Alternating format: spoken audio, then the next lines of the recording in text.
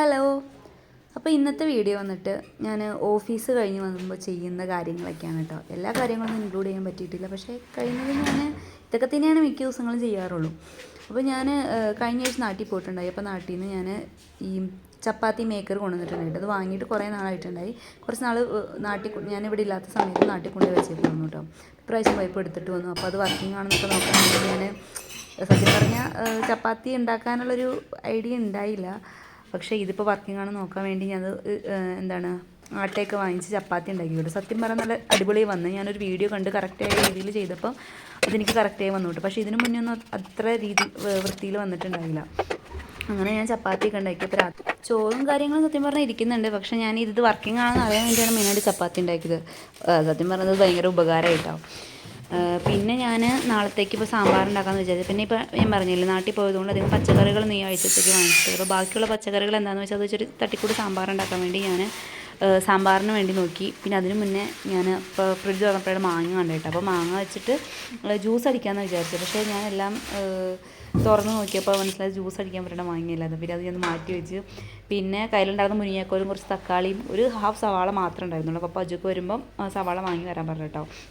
പിന്നെ 2 വലിയ പൊട്ടറ്റോ എടുത്തിട്ട് ചെറിയൊരു സാമ്പാർ പോലെ ഉണ്ടാക്കാൻ വേണ്ടി പ്ലാൻ ചെയ്തേ. അപ്പോൾ അതൊക്കെ ഞാനിപ്പോൾ തന്നെ കട്ട് ചെയ്ത് വയ്ക്കുകയാണെങ്കിൽ നാളെ രാവിലെ എളുപ്പമായിരിക്കുമല്ലോ. അത് കട്ട് ചെയ്ത് ഫ്രിഡ്ജ് വെച്ചാൽ മതി. രാവിലെ അതേപോലെ എടുത്തിട്ട് നമുക്ക് ഉണ്ടാക്കിയാൽ മതി.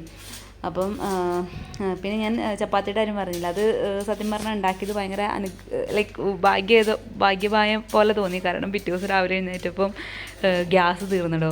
അപ്പോൾ ഗ്യാസില്ലാതെ നമുക്ക് വേറെ ഒന്നും ഉണ്ടാക്കാൻ പറ്റുമല്ലോ. അപ്പോൾ ചപ്പാത്തി മേക്കറിൽ ഉള്ളത് നമുക്ക് മറ്റേ ഇലക്ട്രിക് ആണല്ലോ. അപ്പോൾ നമുക്കതിൽ ചെയ്താൽ മതി.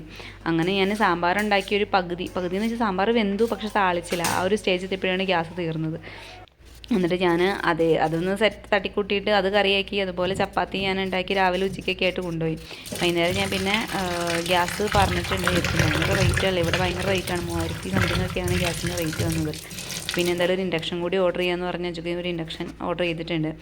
അപ്പോൾ ഞാൻ തലേന്ന് തന്നെ ഈ കറിക്കുള്ള സംഭവങ്ങളൊക്കെ സെറ്റാക്കി വയ്ക്കുകയാണ്. അധികം പച്ചക്കറികളൊന്നും ഇല്ല. ബാക്കിയുള്ള പച്ചക്കറികൾ വെച്ച് നോക്കാൻ നോക്കിയപ്പോൾ അധികം ഒന്നും ഉണ്ടായില്ല കേട്ടോ. അതുകൊണ്ടാണ് ഇത്ര കുറവുണ്ടായത്. അപ്പോൾ ഇനി എന്തായാലും 2 ദിവസത്തിനുള്ളിൽ സംഭവങ്ങൾ പോയി വാങ്ങണം. കാരണം അതൊക്കെ തന്നെ നല്ല ലേറ്റ് ആവുമെന്ന് പറഞ്ഞു. പിന്നെ പരിപ്പ് കൂടി ഞാൻ വെള്ളത്തിലിട്ട് വയ്ക്കുന്നുണ്ട് കേട്ടോ. അതാകുമ്പോൾ നാളെ നല്ല കുതിർന്നിരിക്കും. എനിക്ക് ഇതിന് മുന്നേയൊക്കെ ഞാൻ സാമ്പാർ ഉണ്ടാക്കുന്ന സമയത്തുണ്ടല്ലോ പരിപ്പ് ഇടില്ലായിരുന്നു. കാരണം ഞാൻ വാങ്ങുന്ന പരിപ്പൊന്നും ശരിക്കും വേവില്ല. ഒരു 10-20 വിസിലടിച്ചാൽ പോലും വേവില്ലാത്ത പരിപ്പായിരുന്നു.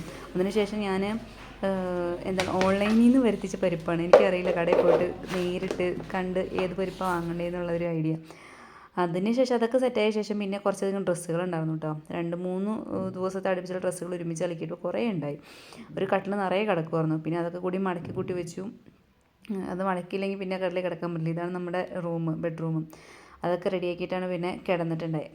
അപ്പോൾ അത്രേ ഉള്ളൂ. ഇതാണ് മെയിനായിട്ട് എൻ്റെ ഒരു ദിവസത്തെ, എല്ലാ ദിവസത്തെ അല്ല, ഈ ഒരു ദിവസത്തിൻ്റെ നൈറ്റ് റുട്ടീൻ എന്ന് പറഞ്ഞാൽ നൈറ്റിൽ ഉണ്ടായ കാര്യങ്ങൾ. റുട്ടീനായിട്ടൊന്നും പറയാനില്ല.